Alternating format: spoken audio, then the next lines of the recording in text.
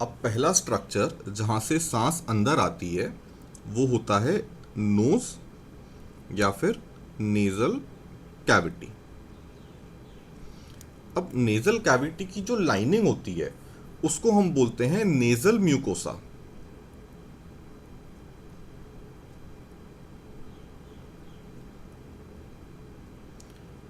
ये nasal mucosa basically तीन main function काम प्रोवाइड करता है।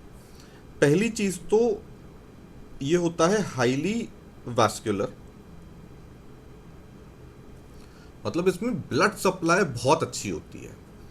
दूसरा, इसके अंदर म्यूकस सिक्रीटिंग ग्लैंड्स होते हैं। इन म्यूकस सिक्रीटिंग ग्लैंड्स को गॉबलेट सेल बोला जाता है। और तीसरा, इसके अंदर ऑल्फैक्टरी रिसेप्टर्स होते हैं।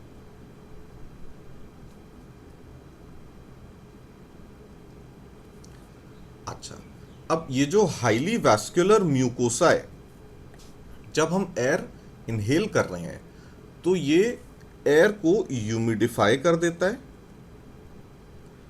प्लस वार्म कर देता है।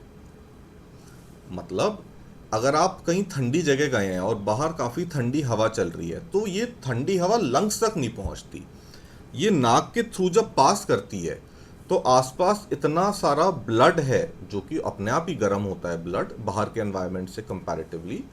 तो ये जो ब्लड है ये जब इसके अंदर इसके थ्रू एयर पास होगी तो ये एयर को गर्म कर देगा और ह्यूमिडिफाई कर देगा, मतलब नमी ले आएगा।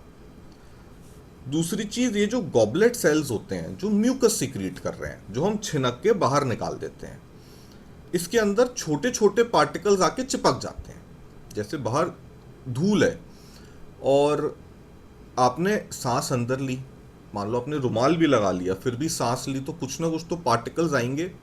बड़े पार्टिकल्स तो नाक के बाल में फंस जाते हैं और जो छोटे पार्टिकल्स हैं जो वहाँ नाक के बाल को क्रॉस कर जाते हैं वो गॉबलेट सेल से सिक्रीटेड म्यूकस जो हमारी नाक के आसपास एक लेयर बना के बैठा है वहाँ जाके चिपक जाता है। तो इसलिए ये हेल्प करता है फिल्ट्रेशन में। और ऑल्फैक्टरी रिसेप्टर्स हम सबको पता है इसका काम होता है स्मेल। तो ये सांस लेते वक्त अगर बाहर बदबू है तो हमें पता चल जाता है। तो नाक के बेसिकली चार फंक्शन हो गए: humidification, warming of air, filtration of air and smell. Nose के बाद अगला स्ट्रक्चर है पैरानेजल साइनस। जैसा हम लोग पढ़ चुके हैं, ये नाक के आसपास छोटे छोटे पॉकेट्स होते हैं जिनको हम हॉलो कैविटीज भी बोल सकते हैं, और ये बोन के अंदर होता है। ये टोटल 4 होते हैं जिनका नाम होता है फ्रंटल, स्फेनॉइड, एथमोइड और मैक्सिलरी।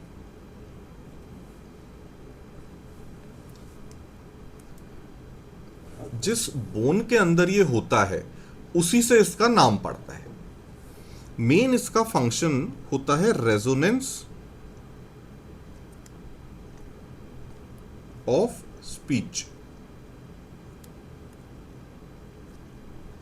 मतलब हमारी आवाज में जो रेजोनेंस है, गूंज है या फिर भारीपन है, वो पैरानेजल साइनस की वजह से होता है।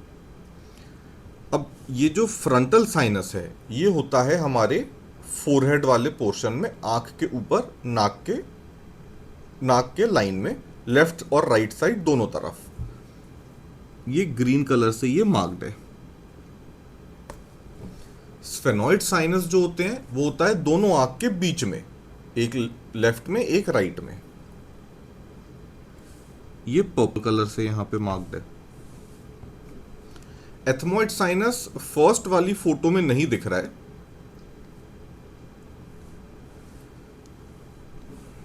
एथमोइड साइनस होता है कान से आगे, ये जो रेड कलर से यहां पे मार्क्ड है। और मैक्सिलरी साइनस होता है नाक के साइड में और आंख के नीचे। ये या फिर ये। इसको याद करने का बहुत अच्छा एक तरीका है, एक न्यूमोनिक है,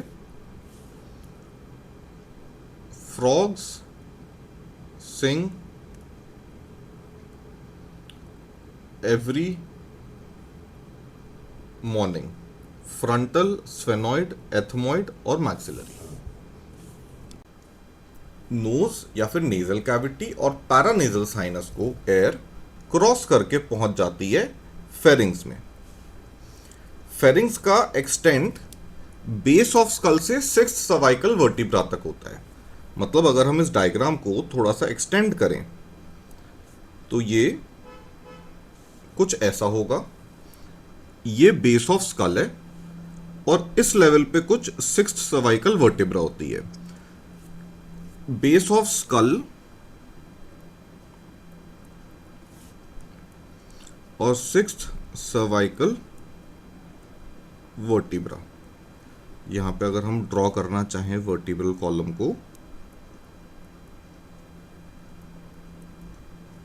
तो ये C1 है, ये C6 है और ये जो स्कल होता है उसका बेस है। इन दोनों के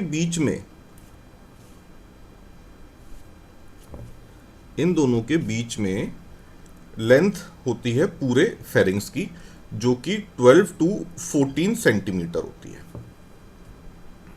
फेरिंग्स ऊपर के तरफ थोड़ा वाइड होता है और नीचे आते आते नैरो हो जाता है।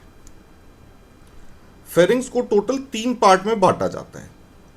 जो नेजल कैविटी के पीछे है उसको बोल देते हैं नेजोफेरिंग्स, जो कि यहां से लेके कुछ यहां तक एक्सटेंड करता है। ये नाक के पीछे है तो नेजोफेरिंग्स। जो पार्ट ओरल कैविटी या फिर माउथ की जो कैविटी है ये इसके पीछे होता है उसको बोलते हैं ओरोफेरिंग्स,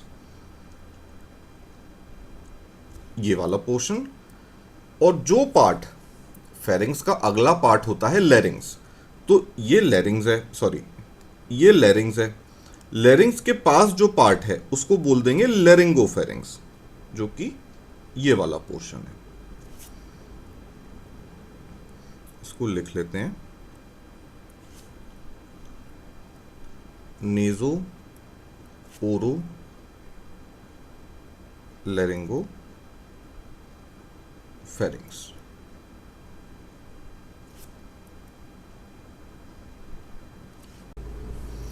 अब इस नेजोफेरिंग्स, ओरोफेरिंग्स और लेरिंगोफेरिंग्स को थोड़ा थोड़ा डिटेल में पढ़ेंगे।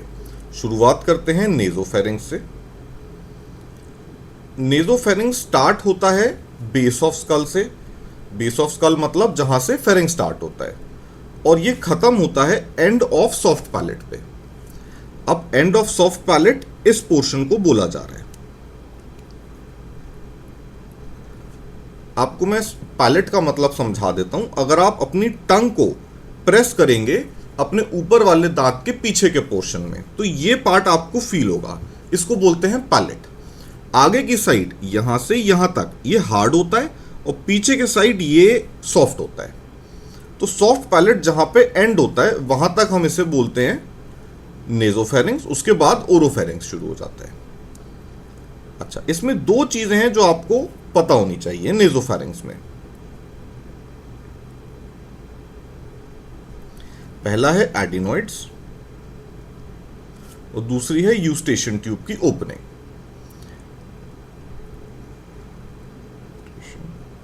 Tube opening. एडिनॉइड्स बेसिकली एक टॉन्सिल होता है, क्योंकि ये फेरिंग्स में है तो इसको हम फेरेंजियल टॉन्सिल भी बोल देते हैं और एडिनॉइड्स भी बोल देते हैं। और ये होता है नेजोफेरिंग्स के रूफ और पोस्टीरियर वॉल में। ये रूफ और ये पोस्टीरियर वॉल, यहां पे ऐसे छोटे छोटे फेरेंजियल टॉन्सिल या एडिनॉइड्स होते हैं।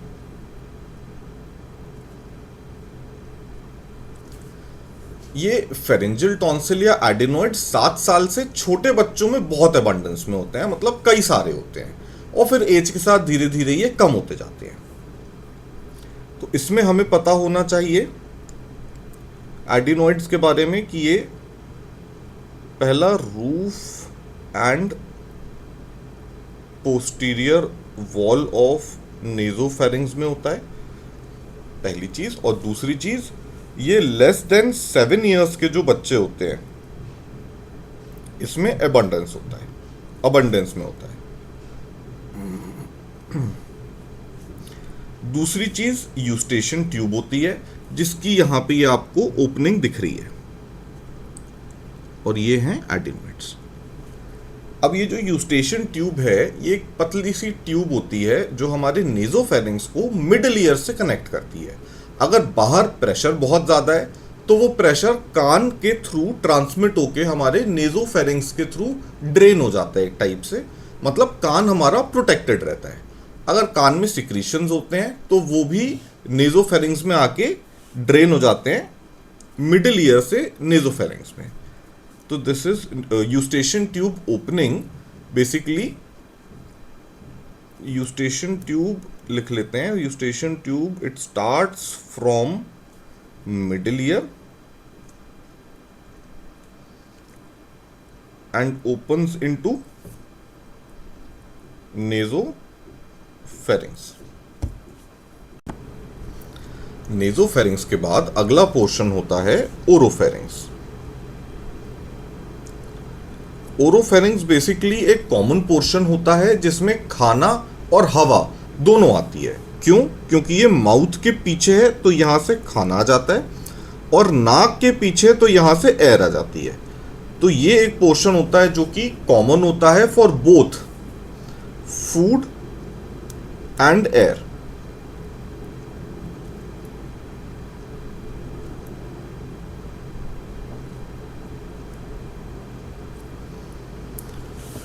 जैसे हमने पढ़ा नेजोफेरिंग्स में फेरिंजियल टॉन्सिल्स होते हैं, वैसे ही इस पोर्शन में ओरोफेरिंग्स में पैलेटाइन टॉन्सिल होते हैं, क्योंकि ये पैलेट के पास होता है। तो पैलेटाइन टॉन्सिल बेसिकली ओरोफेरिंग्स की लेटरल वॉल में होता है।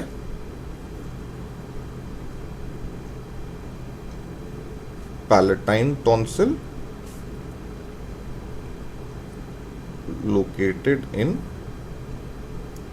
lateral wall of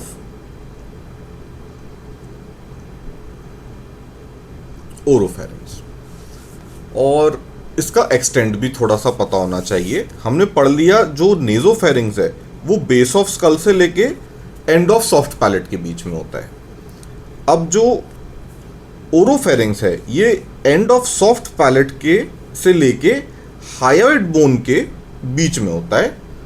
hyoid bone basically हमारे गले में एक छोटी सी बोन होती है, वो कुछ इस एरिया में लोकेटेड होती है।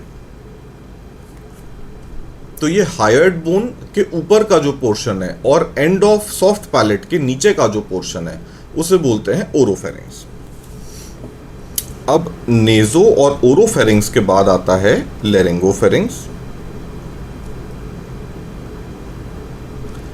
लेरिंगोफेरिंग्स स्टार्ट होता है जहां पे ओरोफेरिंग्स खत्म हुआ, यानी कि हायोइड बोन से, और ये एंड होता है क्रिकॉइड कार्टिलेज के लेवल पे, मतलब इस लेवल पे।